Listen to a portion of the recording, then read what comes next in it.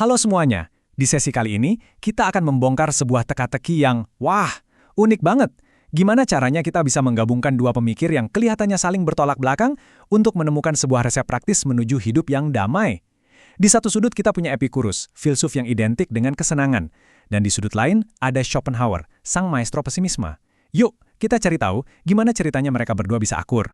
Oke, coba deh lihat ini. Kontrasnya kelihatan jelas banget kan? Epicurus bilang tujuan hidup itu ya mencari kesenangan yang awet, yang dia sebut ataraksia alias ketenangan jiwa. Sementara itu Schopenhauer punya pandangan beda. Hidup itu pada dasarnya penderitaan. Jadi tujuan kita ya sebisa mungkin menghindarinya. Satu fokus ke senang, satunya lagi ke derita. Aneh banget kan pasangan ini? Nah, ini dia pertanyaan utamanya. Gimana ceritanya dua pemikiran yang kayak langit dan bumi ini bisa ketemu di tengah-tengah dan ngasih kita satu panduan yang masuk akal buat hidup tenang? Jawabannya, ternyata sangat praktis dan bisa jadi mengubah cara pandang kita. Oke, sebelum kita cari obatnya, kita harus tahu dulu penyakitnya apa kan? Nah, untuk urusan diagnostis ini, kita serahkan pada ahlinya, Schopenhauer. Dia dengan jeli banget mengidentifikasi sumber dari semua kegelisahan kita, yaitu kebisingan yang ada di dalam diri kita sendiri. Schopenhauer menamai biang kerok ini kehendak untuk hidup, atau the will. Coba bayangkan ini seperti ada mesin di dalam diri kita yang nggak pernah bisa dimatikan. Mesin ini nggak peduli kita bahagia atau nggak. Yang penting dia terus jalan, terus pengen sesuatu, terus berjuang. Dialah tokoh antagonis dalam cerita kita. Nah, disinilah letak jebakannya. The will ini menjebak kita dalam sebuah siklus yang nggak ada habisnya. Kita pengen sesuatu, kita kerja keras buat dapetin itu, dan akhirnya dapet juga. Rasanya lega, tapi cuma sebentar. Setelah itu, bosan. Dan dari rasa bosan itu, muncul lagi keinginan baru. Ini seperti lari di atas treadmill tanpa henti, yang bikin kita nggak akan pernah benar-benar puas. Intinya tuh ada di sini. Kata Schopenhauer, mengejar kebahagiaan lewat hal-hal di luar diri kita, kaya, terkenal, punya kuasa, itu permainan yang nggak bakal bisa kita menangkan. Menerima kenyataan ini tuh bukan berarti kita jadi pasrah dan sedih loh. Justru sebaliknya, ini membebaskan. Ini membuat kita berhenti main di permainan yang dari awal udah diatur supaya kita kalah. Oke, diagnosisnya udah dapat nih, dan kedengarannya suram banget ya. Terus, resepnya apa dong? Nah, sekarang kita panggil Epicurus. Dia ini sering disalahpahami sebagai hedonis yang suka pesta pora, padahal dia sebenarnya adalah seorang ahli strategi ulung yang punya perangkat paling pas untuk mengatasi masalah the will tadi. Kunci dari Epicurus ada di sini. Kesenangan yang sejati itu bukan soal foya-foya, tapi ataraksia, sebuah kondisi batin yang tenang, damai, dan bebas dari segala macam gangguan. Ini tentang kedamaian yang stabil, bukan euforia sesaat. Tujuannya adalah ketenangan, bukan kegembiraan yang naik turun. Dan inilah metode praktisnya, keren banget. Epicurus membagi keinginan kita jadi 3. Pertama, yang sia-sia, kayak pengen terkenal atau kaya raya, itu harus dibuang jauh-jauh. Itu jebakan paling bahaya dari the will. Kedua, yang alami tapi nggak perlu-perlu amat kayak makanan mahal, ya nikmati sesekali aja, jangan jadi kebiasaan.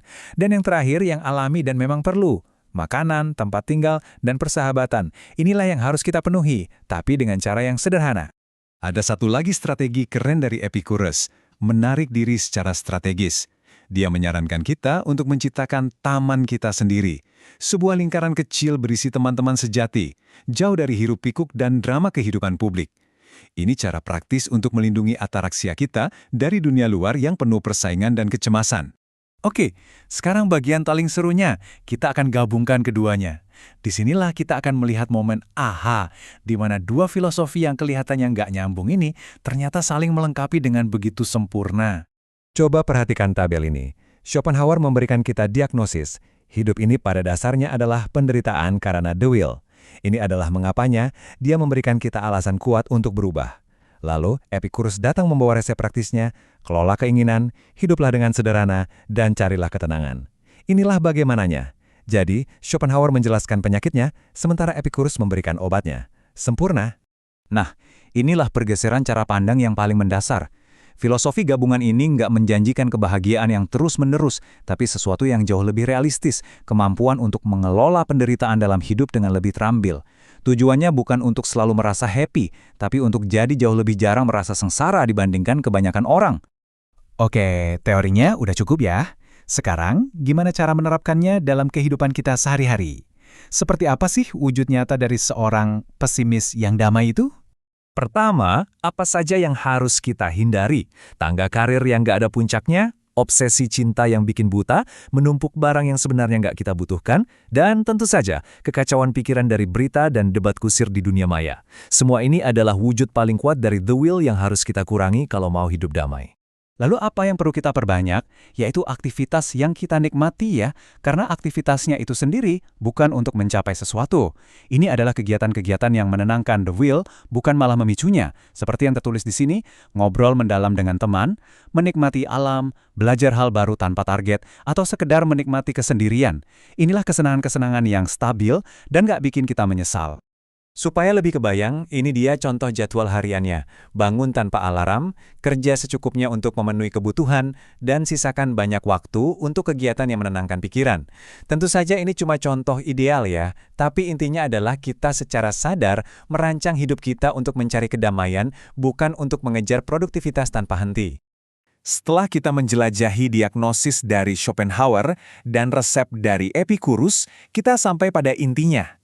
Apa satu pesan paling penting yang bisa kita bawa pulang dari pembahasan kali ini? Dan inilah dia. Mungkin ini pemikiran yang paling membebaskan dari semuanya. Berhentilah mengejar fata morgana kebahagiaan yang gak pernah tercapai. Sebaliknya, terimalah bahwa hidup ini memang punya kesulitannya sendiri. Dan fokuskan energi kita untuk menjalaninya dengan bijaksana, tenang, dan terampil. Karena disitulah letak kehidupan yang damai sesungguhnya.